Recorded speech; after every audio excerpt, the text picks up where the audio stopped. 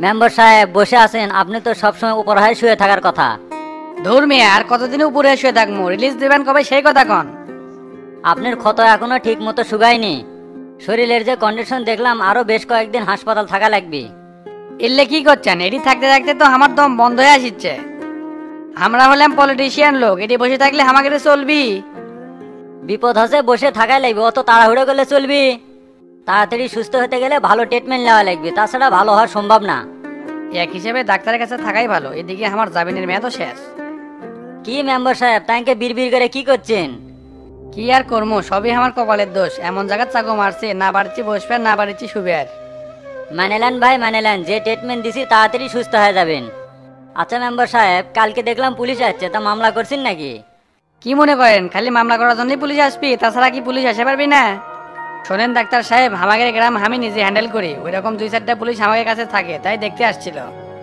সেটা তো অবশ্যই, আপনারা হলেন সম্মানিত ব্যক্তি, এলে ব্যক্তির কাছে পুলিশ আসবি, এটাই স্বাভাবিক। তে শামসু আপনার উপর এত ক্ষেপ্ত কৃষক যে এভাবে পিটালো? খালি কোন একটা দুর্ঘটনার জন্য এই অকামটা হসে, কিন্তু এ তো তা এর উপযুক্ত বিচার করবি। এতক্ষণে অ্যাকশনে নামলাম নি, কিন্তু এমপি নিষেধ করছে তাই চুপচাপ আছি। আমার মতে এলে ঝুর ঝামেলা না যাওয়াই ভালো। আরে ভাই, আপনারা এলে বুঝবেন না, আপনারা হলেন শান্তিপ্রিয় লোক আর আমরা হচ্ছে পলিটিশিয়ান লোক, আমাদের হিসাব কিতাবই আলাদা। তে ডাক্তার সাহেব একটা কাজ করেন তো, দুটো নার্স পাঠিয়ে দেন, আশেপাশে তো খুব ময়লা হয়ে আছে, খুব গন্ধ বার আছে। আমি কি এলে ময়লার মধ্যে থাকার চ্যাংরা? কাজ কামের কোনো গুরুত্ব নাই দেখতেছি।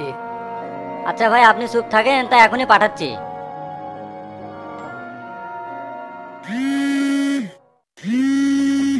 কি ব্যাপার, ওসি কিংবা ফোন দিছে? হ্যালো। হ্যাঁ ওসি সাহেব বলেন, হঠাৎ কি মনে করে? এমপি সাহেব কোর্ট থেকে নোটিশ আসছে, তো তার কাস্টডি করা লাগবে, জামিনের মেয়াদ তো শেষ। তো তার যে অবস্থা, ওই তো হাঁটাচলাই করবে পারতেছেন, ওকে কেমনে অ্যারেস্ট করবেন? কিছুই করার নাই, কোর্টের আদেশ পালন করাই লাগবে। আচ্ছা ওসি সাহেব, আর কি কোনো বিকল্প ব্যবস্থা নাই? আপনারা আইনের লোক, ফাঁক ফোকর তো অবশ্যই জানেন। আমাদের হাতে কোনো ফাঁক ফকুর নাই, তবে উকিলের হাতে থাকতে পারে। আপনি উকিলের সাথে কথা বলেন, তারা অবশ্যই একটা ব্যবস্থা করে দিতে পারবে। ধন্যবাদ ওসি সাহেব, আমি এখনই উকিলের সাথে কথা করছি। এই অবস্থায় তো তার জেলে দেওয়া সম্ভব না, ওর একটা স্থায়ী জামিনের দরকার। দয়া করে যা করবেন তাড়াতাড়ি করেন, বুঝেনি তো কোর্টের আদেশ অমান্য করার ক্ষমতা আমাদের নেই। আপনি পার্টির লোক, সেই জন্য কয়েকদিন সময় দেওয়া হলো। তো রাখলাম, তাহলে পরে কথা হবে। আইরে, পরিস্থিতি খারাপ হলে সব দিক দিয়ে হয়, যেঙ্কা করে হোক তো তাকে বিপদ থেকে উদ্ধার করাই লাগবে। এত কথা না কইয়া তাড়াতাড়ি নরেশ উকিলের কাছে যায়, একটা ব্যবস্থা হবেই নি। সবুজ, ওই সবুজ, তাড়াতাড়ি গাড়িটা বের করো। সন্টেরা, এলাকার মধ্যে কোনো ঝামেলা করা যাবে না, তাই সাবধানে চলাফেরা করব। যত কিছুই হোক, আমি তো ঠান্ডা মাথালেই চলেছি, চেষ্টা করছি যাতে কোনো ঝামেলা না হয়। দেখ মনি, কয়দিন ঠান্ডা মাথায় চলবে বাইশ। আর গোল্লা কেন মানা করে দেশ, ওই যেন বেশি লাফালাফি না করে, ওর জন্য কিন্তু বহুত ফোন আসছে। তো বারবার সাবধান করে দিচ্ছি, নির্বাচনের আগে কোনো ঝামেলা চাই না। আচ্ছা ওস্তাদ, কোনো ঝামেলা হবে না, আপনি কোনো চিন্তা করেন না। তা ওস্তাদ, কাল বলে পুলিশ আসছিল, কি করলো? তো তাকে কোনো কেস টেস করছে নাকি? না, মামলা করেনি। মামলা করার সাহস ওর হসে, কাশিম টিভির নিউজ দেখে ওসি আসছিল। কথাবার্তা কছি, পুলিশে কোনো ঝামেলা নাই, ওই চাপ তুল লওয়া লাগবে না। তবে এখন থেকে পুলিশ সিভিলে চলাফেরা করবে, এলাকার পরিবেশ নিয়ন্ত্রণ রাখার জন্য, কারণ সামনে নির্বাচন।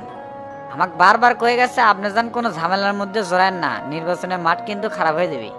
যাক, যে ভয় পাইছিলাম সেটা তো আর হয়নি। ওস্তাদে কার ওই কথা না কই। তা উনকে বিড়বিড় করে কি করছো?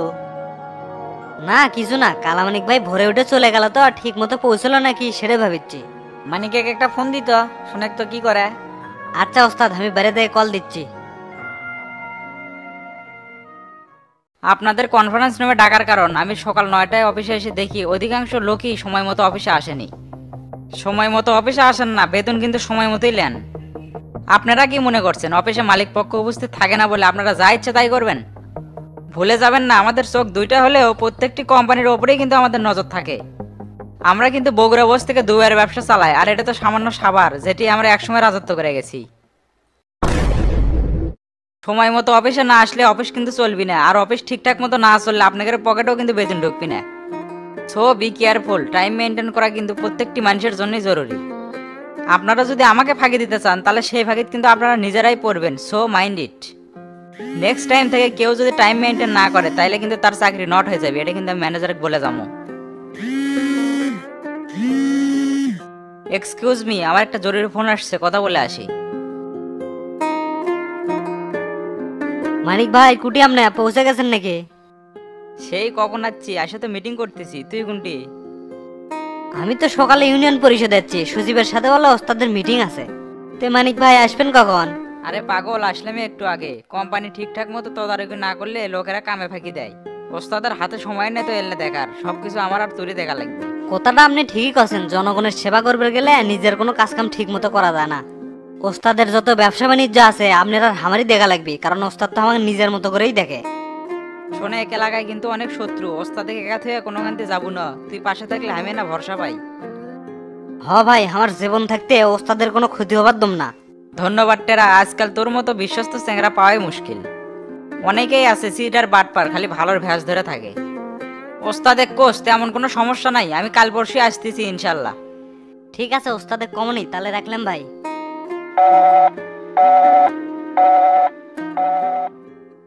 আসসালামু আলাইকুম ভাই, কিংকে আছেন? ওয়ালাইকুম আসসালাম, আলহামদুলিল্লাহ ভালো আছি। তা উকিল সাহেব, তো তাতে একটা দুর্ঘটনায় আহত হয়ে হাসপাতালে ভর্তি আছে, বাঁচানোর অবস্থা কি করা যায় গন্ত?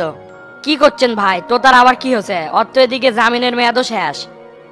এই জন্যই তো আপনার কাছে আসা, তে কিছু একটা করেন। শোনেন ভাই, নতুন একটা জজ আছে, মোটা অঙ্কের টাকা ফুরালেই স্থায়ী জামিন পাওয়া যাবে। তাহলে তো খুব ভালো হয়। তা কত টাকা লাগতে পারে তাও? এই জজের না ডিমান্ড বেশি, মিনিমাম 6 লাখ টাকা লাগবে। কোন কি 6 লাখ টাকা? এত টাকা দিয়ে জামিন করা সম্ভব? আপনারা রাজনীতিবিদ হয়ে যদি এল্লা কথা কন, তাহলে কেমনে হবে? সবই তো বোঝেন। একজন মার্ডার মামলার স্বীকারোক্তি দেওয়া আসামির জামিন লওয়া কত যে কঠিন, সেটা খালি আমরাই জানি। আপনারা মেয়ে উকিল হোসেন, কি যে করেন না করেন কিছুই বুঝি না। আমরা পার্টির লোক, সেই হিসেবে তো কোনো ছাড়ই পাই না। তে শুনেন, ওই জজের সাথে কি আমার কথা করার ব্যবস্থা করে দিয়ে পাবেন? সরি ভাই, জজ এল্লে বিষয়ে কারোর সাথে সরাসরি কথা কয় না, আমি তার পিএদের সাথে হ্যান্ডেল করি। তাহলে আপনি আর স্থায়ী জামিনের ব্যবস্থা করেন, টাকা পয়সা দেওয়া লাগে আমি দেখতেছি। ঠিক আছে, আপনি যান, বাকি কথা ফোনে হবেই নি। ফোনে না, আপনি ইমিডিয়েটলি কাজ করেন, আমি কালকে আপনাকে অর্ধেক টাকা দিয়ে যাবো। আপনি তাহলে টেনশন ফ্রি থাকেন, কাম 100% হবে। তো ঠিক আছে, গেলাম তাহলে। আচ্ছা যান। টেরা ভাই জরুরি ভাবে ডাকছিলেন, তে কন কি হয়েছে? তোক ডাকছি সেই কাল, আর আজ তোর আসার সময় হলো। তুই সেনা বেশি হয়ে গেছিস তাই না? এক শর্তে তোর সব দাঁত ফেলে দেবো রে। ভাই আমি আর না ভয় পাছিলাম যে পুলিশ আমাকে ধরেই নিয়ে যায় নাকি, সেই ভয়ে আমি আর আসিনি। ধরবে আমি থাকতি পুলিশ তোকে ধরে দেবে। এই টেরা বাঁচে থাকতে তোর গাঁত কেউ হাত দেবার পাবি না। ওনকা 2-4 ডাক মেরে শোতাছিলাম, তাও আধা ঘন্টার জন্য পড়ে থাকিনি, আর তুই একটা পোজ মারে লুকে আসিল। আমারও কি বুকে সাহস কম নাকি? আপনি ফোনে যেভাবে করলেন তাই না সাইডও ছিলাম, ভাবলেন যে তোতা ব্যান কেস করছে, পুলিশ ব্যান আমাকে ধরে নিয়ে যাবি। নেক্সট টাইম আর তোর সাইডে থাকার দরকার নাই, আমি ডাকা মাত্রই খালি কারেন্টের গতিতে চলে আসবো। ঠিক আছে ভাই। তে গোল্লা, শুনলাম এলাকাত বলে ডন হচ্ছে, ওকে পূর্ণিমার সাথে লান্তি মাঝে মধ্যে দেখা যায়, আমি করে কি? ওই শালা ছ্যাঁচড়া পাতি ডন, শালা পকেট মার, জুয়ারি, সিটকাচর, গান জুট্টি, অক যত কমু ততই কম হবে। ওই শালা যে কবে আমার হাতে পোস্ট খাবি ওই বুঝিচ্ছে না। ভাই আপনি যদি খালি পারমিশন দেন, আধা ঘন্টা লাগবে না অপারেশন সাকসেসফুল হতে। কে ওই কি তো কিছু কষে যাও পোস্ট মারবে চাচ্ছ? আর শোন, নির্বাচনের আগে কোনো ভেজাল গন্ডগোলের মাঝ যাওয়া যাবে না, ওস্তাদ কিন্তু বারবার নিষেধ করে দিয়েছে। তোর নামে কিন্তু একের পর এক রিপোর্ট আসিচ্ছে ওস্তাদের কাছে। উনকে 2-4টা রিপোর্ট তো আসাই লাগবে, না হলে ওস্তাদের কাছে তো আমি ছড়েই থেকে যাবো। আমার মতো 2-1টা ডেঞ্জারাস পোজ মাস্টার ওস্তাদের পাশে থাকা দরকার। কে দেখেন না, বড় বড় নেতা করে পাশে বডিগার্ড থাকে, আমি উনকে হবার চাই। অগরে চেহারা দেখাই ভয় লাগে, মনে হয় এখনই 2-4টা খেয়াল দিবি। লে ওস্তাদ যদি এমপি হয় তো কুনকে একটা জায়গা করে দেবো, কথা দিলাম। কথা তো ঘড়িদারও কছিলেন, সেটা তো এখনো পেলাম না। খুব না বড় বড় কথা বললেন যে মানিক ভাই না নিয়ে আসলে আপনি নিজের পকেট থেকে হামাক কিনে দিবেন, কৌ সেটা? এ হে রে, তোর ঘরে লিয়ে আমি টেবিলের উপর থিয়ে দিছি, তোর তার এই মারামারির জন্য মনে নেই, তুই সন্ধ্যের দিকে যাই লিয়ে আসিস। তাহলে তো সে হলো, ফটিকে এখন ভাব দেখা পারমু। আচ্ছা তাহলে থাকেন, সন্ধ্যাবেলা যামুনি। ঠিক আছে যা, সন্ধ্যের দিকে দেখা হবেই নি। এ আয়নাল, 2টা পেনশন দে তো। ক্যারে ডন, তোকে মা অনেকদিন পর দেখেছি, মস্ত থুসু, একবার জানলা দিল লাগানতে। তোকে সাবধান করে দিচ্ছি, এই ডনের মুখ নিয়ে কোনো কথা কব না। তোর ফর্ম ফাটে কথা গেল না, তে মাঝে মধ্যে ইনকে নির্দেশ হয়ে যাস কুটি। জাহাজে কাম করি তো, তাই বছর 6 মাস সমুদ্রের মধ্যে থাকা লাগে, তাই গ্রামে আসা হয় না। দেশে দেশে ঘুরিবে, তোর কি সেই কপাল? তুই কি এই 4 দেওয়ালের মধ্যে বাড়া পারবো? তোকে দেখে মনে হয় না তুই দেশে দেশে ঘুরিস, তোকে একবার টোকায়ের মতো লাগিচ্ছে। ক্যারে একটা ভালো মানুষের গোলা তেলে থাকবি রে, তুই যে একজন লো কোয়ালিটির স্যাংরা সেরের প্রমাণ তুই দিয়ে বেড়াচ্ছু। এ আয়নাল, মুখ সামলা কথা কর। তুই আমার বন্ধু, ক্লাস 2 পর্যন্ত একসাথে পড়ছি, এই জন্য তোকে কিছু কোনো না। তাছাড়া ঘুতো দিয়ে তোর লাখ একবার ফাটে ফেল দুননি। এতই যদি মার নেলা হস তো তাক যে মারলো কি সিয়াট করছো? তুই তো ভালো কথা মনে করে দিছু, তুই কি গোল্লাক দেখছো? কে গোল্লাক খুঁজিচ্ছ কে, কি দরকার? শালাক যদি পাই কি মারটাই না দিমু, শালার বাপের নাম ভুলে দেবো। এই ডনের মার তো খায় না, একবার খালে 1 মাস হাসপাতালে পড়ে থাকবে। কোন টিকের কোন বিরাচ্ছে রে, গোল্লার গায়ে খেলে হাত তুলে দেখিস। কে ওয়াক মারলে কি হবে? শামসু তোক ডাব গাছের সাথে বান্ধে তোর মোষের সাথে ইট ঝুলে খেয়ে দিবি। দূরবে, তোর সাথে কথা কই ব্যথা, দুটো সিগারেট দে, চলে যাবো।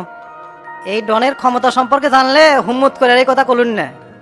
তোর সাথে এত চাপা করবাম না, টেকা দিয়ে সিগারেট দিচ্ছি। টেকা পরে দুমুনি, আমার নামে লেখা রাখ।